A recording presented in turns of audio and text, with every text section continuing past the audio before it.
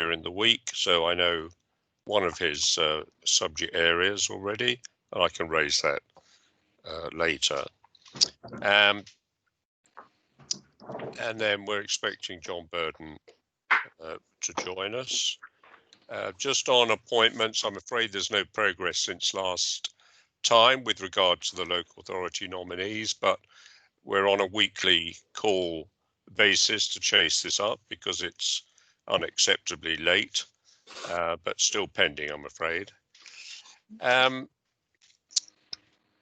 Let's go to the minutes which have been circulated. I had a chance to have a glance previously and I found nothing amiss, but anyone else, now's your chance on the minutes. And then we'll take declarations in case there's any changes to declarations of interest. And action points, Ian, anything to draw to our attention? Not in this part, Chairman. No. Very good. Well, if you're ready, Ian, we can go straight into your first report.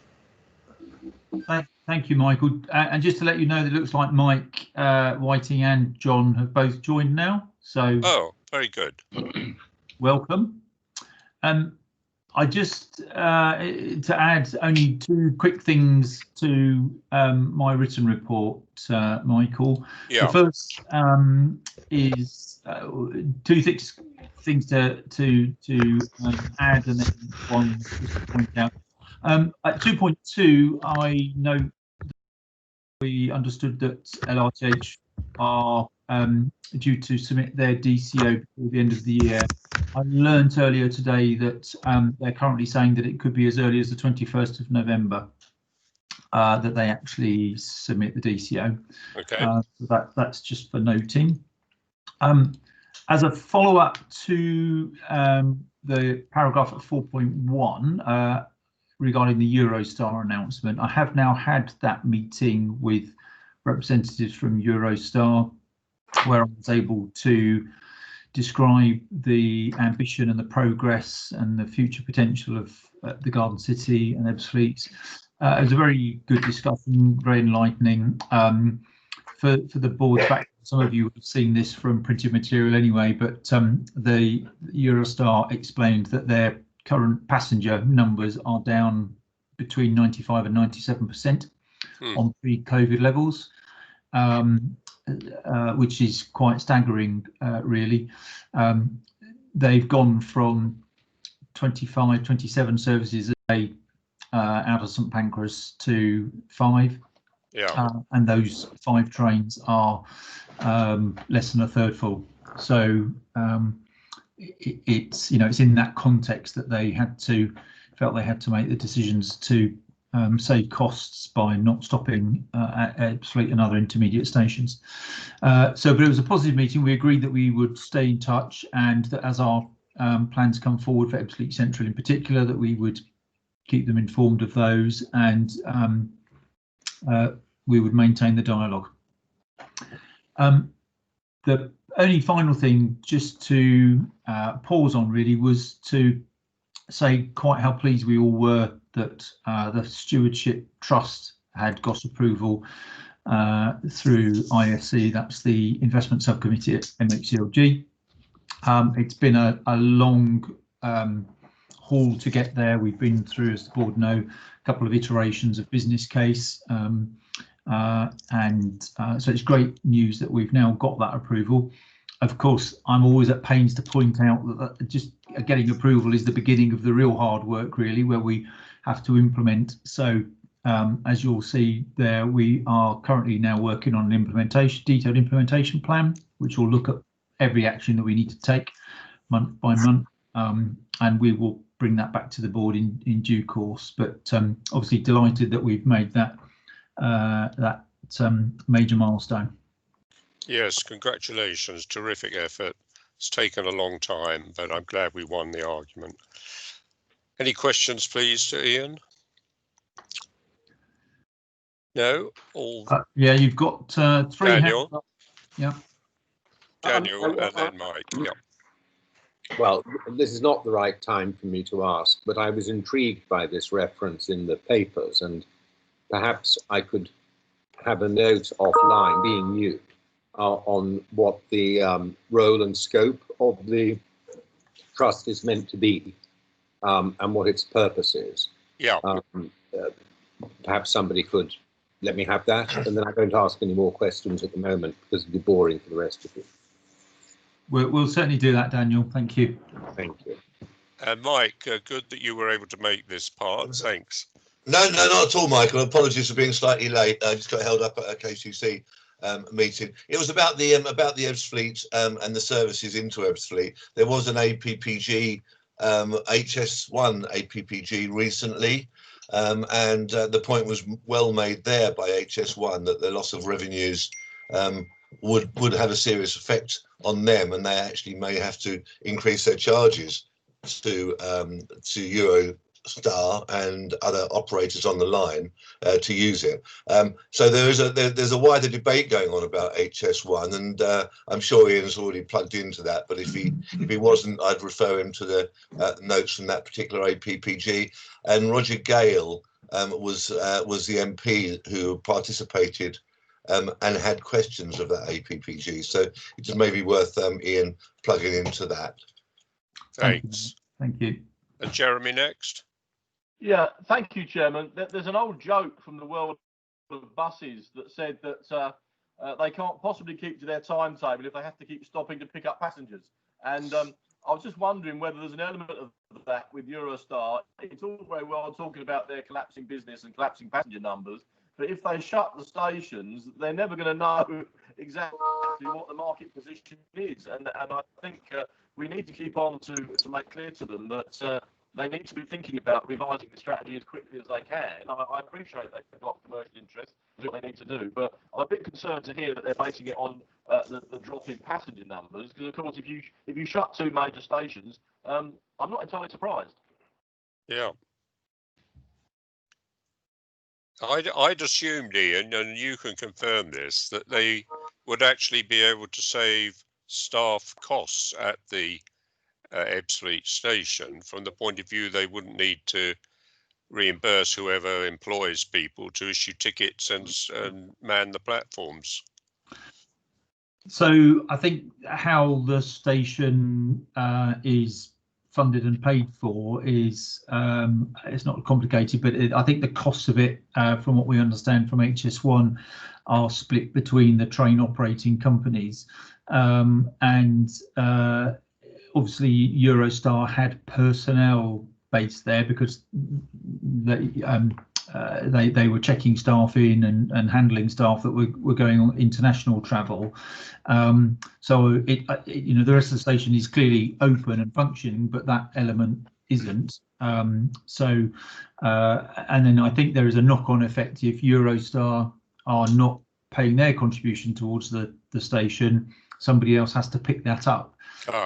And that could well be the other train operating company that stops there. Yeah, I mean, we made those points. I mean, I think one of the interesting things was that Ebbsfleet, as a station for Eurostar, they explained, they expect it to pick up demand from Surrey, Kent, people around the M25 who want to travel on Eurostar but don't want to go into London to do that. So it acts as a sort of parkway station in terms of Eurostar services. So I think they still see that potential being there, but I think it was a cost-saving exercise to reduce the cost of manning their part of the station. Yeah. So John and then Sandra. John.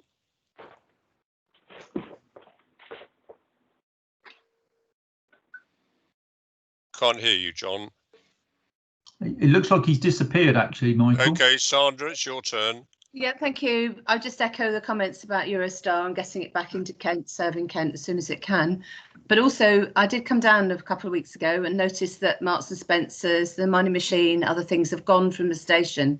So the service to our residents is something we need to keep an eye on and work out if there's any interim use or other ways of doing it. Thanks for that. John, are you back? Yeah. Modern technology and pushing the wrong button got the better of me. My apologies for joining late. Again, I had technology problems getting on. But 2 or 3 points. And obviously, I appreciate you've gone past item 1 on apologies, which I needed to come in on. First, obviously, there's 2 or 3 items, particularly in Part B, related to schemes in Gravesend, in Gresham, which I need to declare. It is in Gresham. As I'm leader of the authority, I need to make that declaration. Thank you. Prejudicial or of any personal interest to me.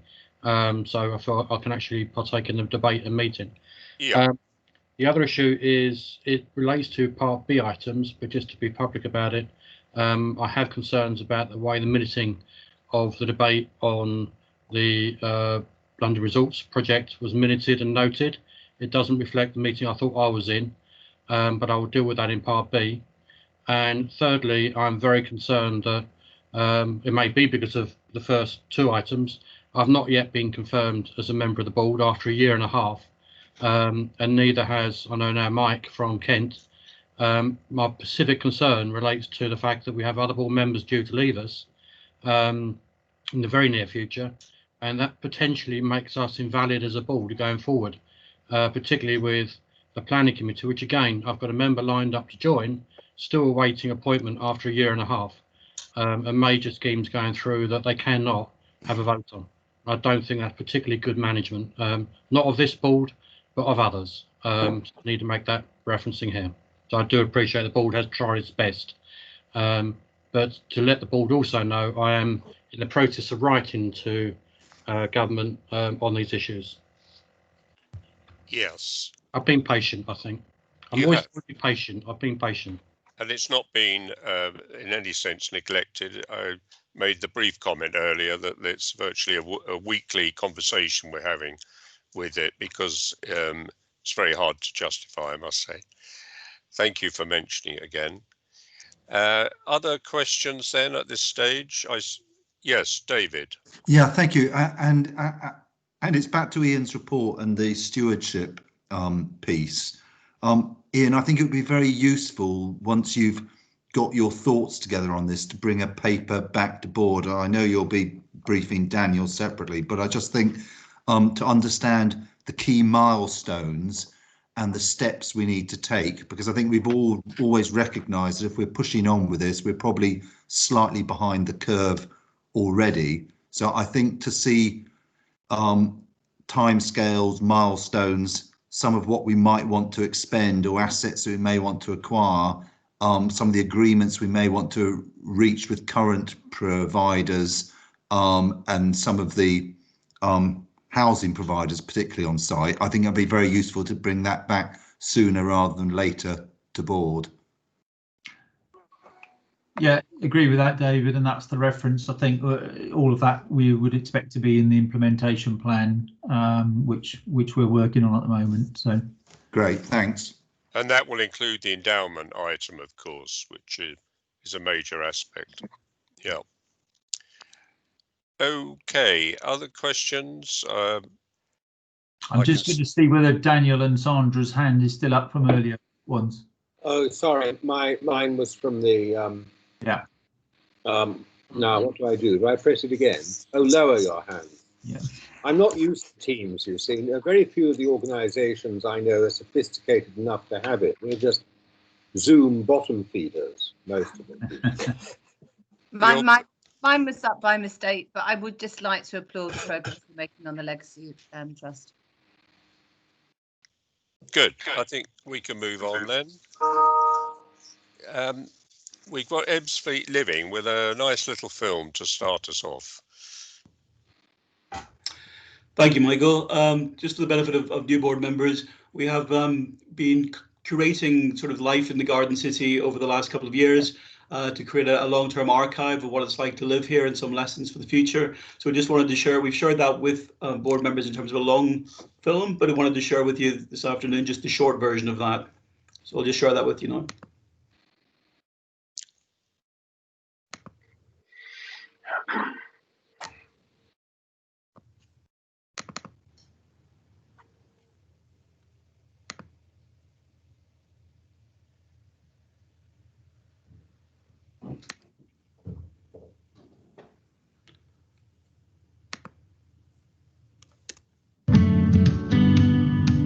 Welcome to Ebbsfleet, the UK's first new garden city for 100 years and the first new town for 50 years. It is also the UK's largest development, building 15,000 new homes, creating up to 30,000 new jobs, but above all, creating a place where community, health and well-being are our main focus. The Ebbsfleet area has seen enormous change in the last 12 months. Hundreds of new houses have been completed and a community of welcome families ready to start their new life in North Kent's Garden City. The important thing about building a new community isn't the buildings, it's the community. It's a road connection that also improves cycle networks to the station, which is really important. It's the fundamental ethos of Ebbsfleet, trying to get people walking and cycling rather than using their cars. It's really important for the communities around the Garden City to benefit from what's happening here. Our client, Ebbsfleet Development Corporation, social value and community engagement was very important to them. Our developers and our house builder partners are telling us that they have a lot of needs for construction skills in the future. We're trying to engage with the local people and the students about what's going on in the Ebbsfleet area. I think that's a key success of the development, is to have employment that is here. I did a week on the Springhead Bridge and I really enjoyed it. I found it so interesting, and it kind of made me realise that I actually didn't want to go into construction and did want to stay as a career in the future. We really felt that it's individuals like that who deserve the opportunity to come in and see what the world of construction is like. This year unfortunately saw the outbreak of COVID-19, and at such a critical time, creative solutions to prevent lockdown isolation were needed more than ever. A lot of people have been willing to help out others, and people that wouldn't necessarily do that before, that you wouldn't think you were that close to, have been messaging or joining in with our activities, dropping around shopping and just being able to help each other where we can. So it's been really nice. The house builders are back on site, construction work is now back happening again, and actually people are still moving here as well. Finally, today is about us moving into our first new builds. Last December, Ebbsfleet Development Corporation advertised if anybody was interested in becoming part of the board. So we've now got a community board which represents local residents from the area that's going to help us shape the place moving forward. And I thought, if I want to be part of something new and I want to shape the community, why not apply for it? The local communities are getting involved in their local area and starting to shape the planning applications that are coming forward. And so you're seeing communities having a say in the communities that they are moving into. Part of the Ebbsfleet Development Corporation is about linking communities together so we don't become just them and us. The people who've lived here for a long time, they may not have had all the brand new buildings and the brand new leisure centres, so it's really important that you let them know that this is for them too. We've been doing some online surveys with local people to kind of galvanise their views. We're about to commission a new online platform which allows people to kind of post their ideas and thoughts about some of the projects we're doing, whether it's the new park or a new community centre and other things.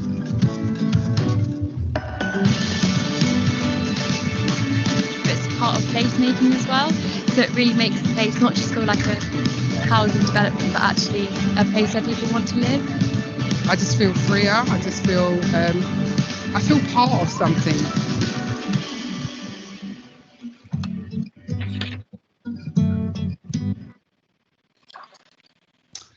So that was really just an opportunity to give you a short introduction to the film, which will now be made available on the website with a longer, more comprehensive film. And we've also commissioned the filmmakers to continue making this archive for the year ahead as well. So happy to take any questions. Thank you. No doubting who the stars of the show were. Questions on that, or indeed anything else that arises under the living section of the agenda? This is the moment. Sandra, John, after that. Sandra. Just a quick question. I watched the film this morning and I just wondered how we're going to use it, because it's a fantastic promotional, spreading the message about the whole Garden City and what we're doing. Let's collect the questions, Kevin, before you respond. John, next.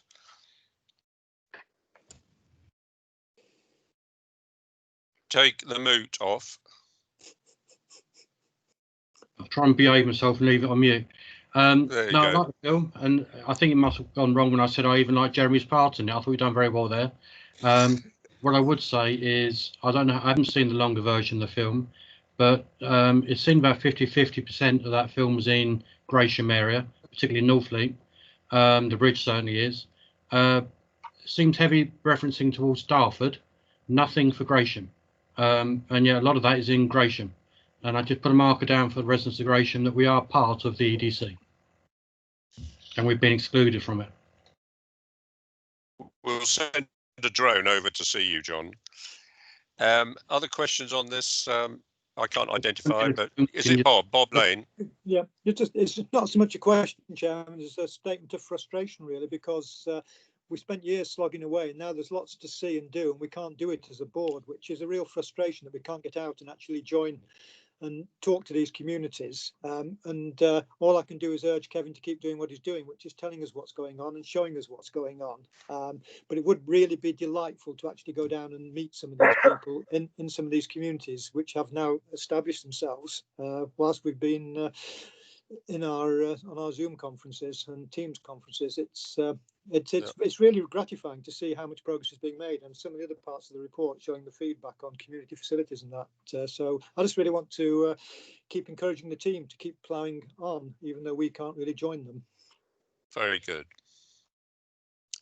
Other points then? Who's next?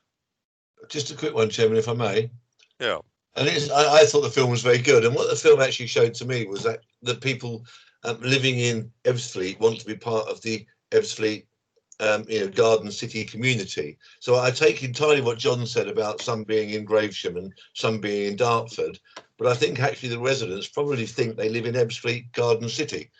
And so I don't know, I'll just throw it out there, the quicker we can set up an Ebbsfleet Garden City Parish Council or Town Council so that they can all feel involved in their locality and not feel that they've got some sort of split identity. We've got half the community living in one place and half the community living in the other, but they can all identify with living in Ebbsfleet Garden City. I don't know how we overcome that. I just throw the parish council idea out there, and I saw John immediately put his hand up, and I don't blame him. But it's how we build that sense of community and maintain it, so they all continue to believe they belong to the one place. And I think that's going to be a really important thing moving forward. Thank you. Nick Shattuck next. Thank you. I really enjoyed the video. It achieved what I think is so necessary, obviously, for Ebbsfleet. It does show that we can drive these relocation decisions, which is the essence of what we are building there. I thought it did bring across the ethos very well and the brand, and going for that sense of loyalty and pride of being a resident here. I do understand, though, that this is a rolling video, and as we mature it, it would be good to see more reference on carbon reduction, but also thinking about the post-pandemic new way of working, with people consistently spending more time in their homes and in their location rather than going up to the smoke, so to speak. So, and thinking about how we can promote technology and new ways of working, and then finally echoing what Mike was just saying, that as a garden city, we need to be talking more about garden cities and Ebenezer Howard and the principles. Thank you very much. And Daniel next. You unmute, Daniel. It's precisely this point of Mike's that I was thinking of when I raised the question about the trust earlier. Yeah. And I just make the comment now. I mean, clearly, governance arrangements for the community and the relationship with the trust are something that need to be thought about very carefully from the outset. So maybe I'll just wait for the note I asked and then pick up the conversation later when I'm better informed.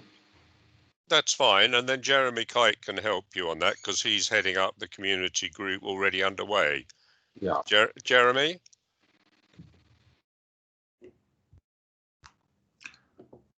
Yeah, thank you, Chairman. Of course, I will.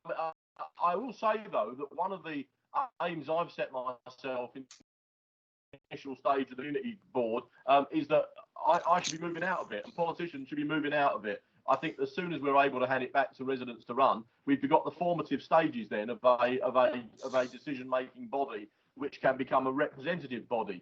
The issue of parish councils, I don't know what John's going to say, but the issue of parish councils is complicated because of the boundary that runs through the middle.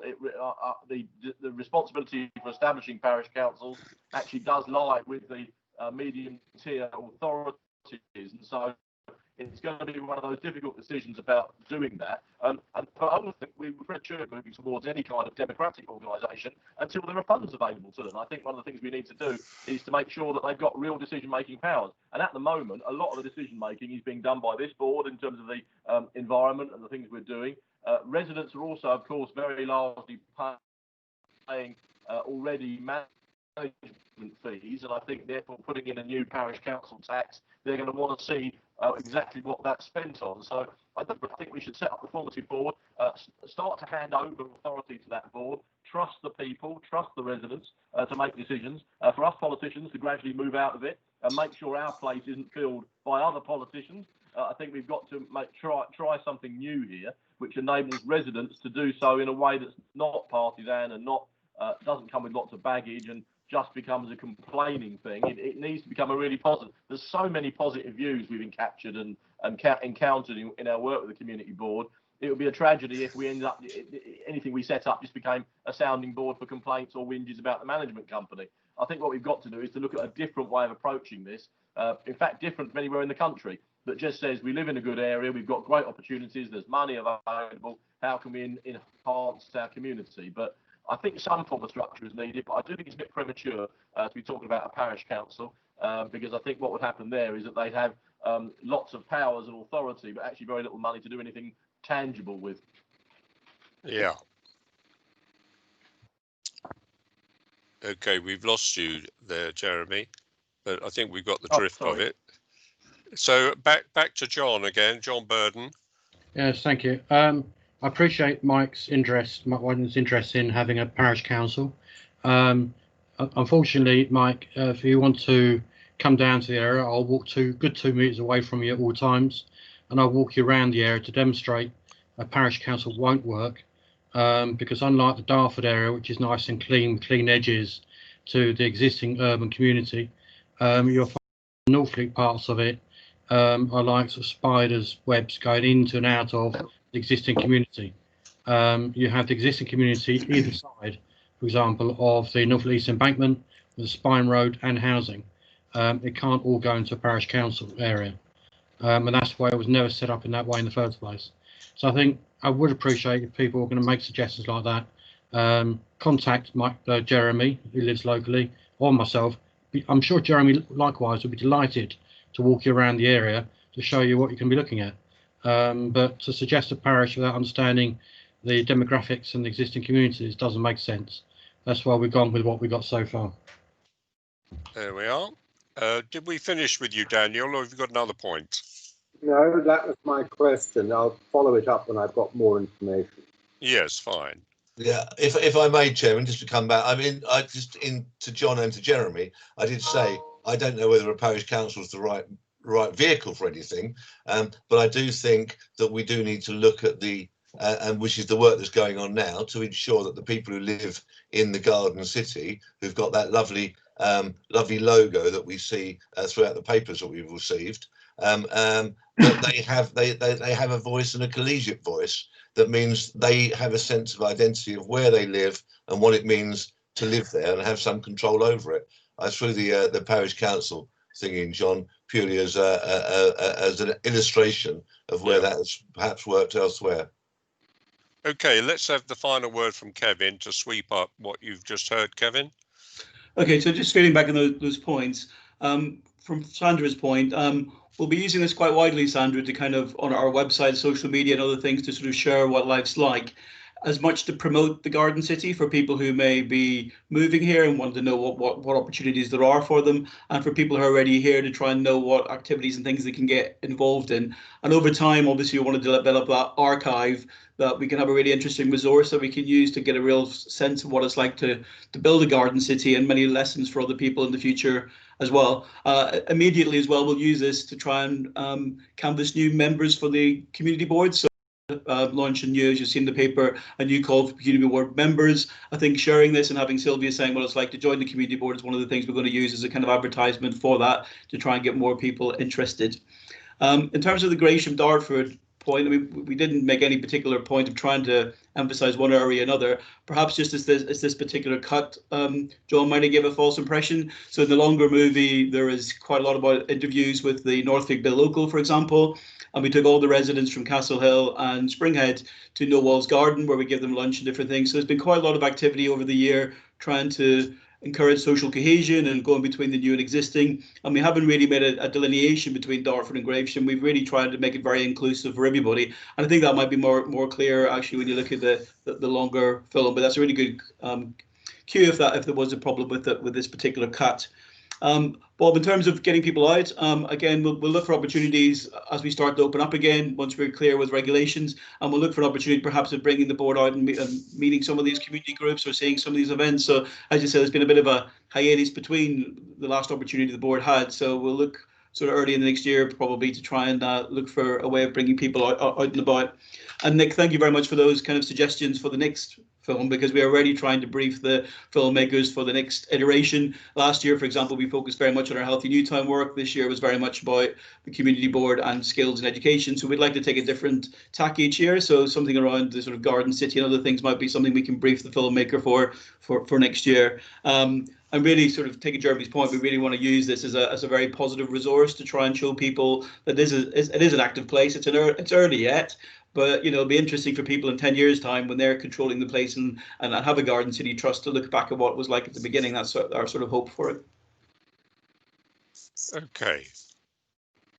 I think we've probably had a good go at that. If any part 2 items come up, we can revisit. Shall we move on to communications then? You got quite a full report here. Putting the Dartford Bridge to shame, amongst other things. Any questions, please, from members of the board on comms? Everyone content? Thank you. And we now come to the subject of the committee appointments. I hope everyone had a chance previously just to see where it was intended to slot in. I had no particular comment to make. I'm hopeful that we're going to make progress with allocating these responsibilities, because as we know, we've got board changes coming up next year, and so we need to keep abreast of this. So are there any points or questions that anybody has on the subcommittees, please? John? Right. Just a question going back to one of my opening questions, really. Yeah. What happens if we don't get the appointments through in time for you board members, Mike and myself? On the numbers, as I understand the board at the moment, pretty much around December, January time, we could start having meetings that aren't quorum. What happens? Well, we're obviously battling to make sure that doesn't happen. And it's quite interesting how things have a habit of speeding up once a deadline approaches. Ian, you've had a good set of exchanges. Is there anything helpful you can add on that? Switch us in, please, Ian. Apologies. There you go. Still not hearing you, Ian. Yeah. Any better? Yep. Yeah. We raise it very regularly, as Michael said. We had our accounting officer meeting today, which is where I meet with the SRO at director level in the ministry. It is one of our red risks at the moment in terms of the capacity of the board and the numbers that we have on the board. We've got a little bit longer than January because we have a number of appointees at the moment whose term is due to end in April next year. The ministry are very well aware of it. Some of this sits with the need for officials to complete their submissions, but actually much of it is resting with ministers at the moment to give the necessary approvals. So yeah, we're well aware of the risks, John, and we constantly point those out to our contacts in the ministry. Yes, Daniel? When you raise it with them regularly, what do they say? And is it always the same answer, or do they have a different answer every time you raise it? It sort of depends on where it's got to in the system. So at the moment, a number of the appointments have been cleared by one minister, but now need to go back to the Secretary of State, for example. In other circumstances, it's been that the submission is still being written. So we keep chivying and chasing. So where do you think we are at the moment in the process? Yes. Where do we think we are at the moment in the process? Well, so there are a number of things in train, and with the local authority representatives in particular, we believe that submissions have been put up to ministers' offices, and that officials are waiting for feedback and an outcome from that. Yeah. I think it might be helpful the next time you raised it if we found out exactly where they were in the process. Sorry, did you hear that? Yeah, no, I think they are as clear as they can be, Daniel, about where they are in the process. No, well, I'm not. I mean, okay. The question is that let's take the local authority representatives. There is a paper, it has to be approved. Who has to approve it? Who has approved it and who hasn't approved it? And who's it going to next? Some of that we understand. So as I understand it at the moment, as we've been told this morning, that particular submission is in the minister's office waiting to be cleared by advisors and then the minister. But not the Secretary of State. Well, it will probably go on from there to the Secretary of State. So that is the next step, you think? But I think it'd be very helpful to get some grip on the process, because unless you can intervene at the right, unless you understand the decision-making process, it's very hard to actually bring any influence to bear on it. Yeah, yes, I think Daniel, the slight complication at the moment is there's different levels of appointments at different stages. And quite often it's not clear whether a particular item has to go to the Secretary of State or not, and then it's not clear whether it has to go to number 10, and so that set. But if the officials you're speaking to are not clear, it's obviously it's not clear to us. But if the officials you're speaking to are not clear, then it's a hopeless case, isn't it? I mean, can't they be asked to go away and make themselves clear? Anyway, I think we can touch on this perhaps a bit later in the agenda, if that's all right. Yeah. But I take it very seriously, and I think Ian and I are in regular touch, and we're certainly pursuing it. But as to your specifics, Daniel, I think perhaps I might come back to you on that separately. Right. Mike Whiting, I think, had a hand up. Apologies, Michael, that's a legacy hand. Okay, somebody else did, though. Were there any other points on subcommittees? No, I think we've got a full set, Ian. So we can go ahead on that. Thanks. Thank you very much, everybody. Yeah, and so we're into planning now. A slight speed up in activity on the planning front, as you'll see. but nothing that I particularly feel needs an introduction, but obviously pick up any comments that any members had reading the papers. No, John again, yes? Sorry, just in respect of Norfolk East Embankment, for Sandra's notice more than anybody else, as a member of the planning committee, I'm sure in due course you will be getting strong objections concerning the burying of the historic important bear pit. It's about 2 to 3 meters, maybe 4 below the building platform, but there is a strong little local group led by one man who's also very key to the harbour proposal for the restoration and opening up of the bear pit. So you may need to be aware of that in any scheme coming forward. Yes, we've had the bear pit subject before. Sandra? Just to say thank you for that, and to say that I feel that we might want some very thorough knitting together of the different things that are going on in Northfleet in due course. Okay. All right, ready to move on. So we've got the finance report next from Gerard. Again, let's take questions, please, on that, if there are any. All are content on that. Thank you, Gerard. And then at this stage, we table the replies to public questions, which members of the board have had a chance to review. And normally we just take those as read and agree that they will be put on our website for public consumption. So that finishes part 1 of our report, and recording of the meeting will now finish, and then we'll just have a slight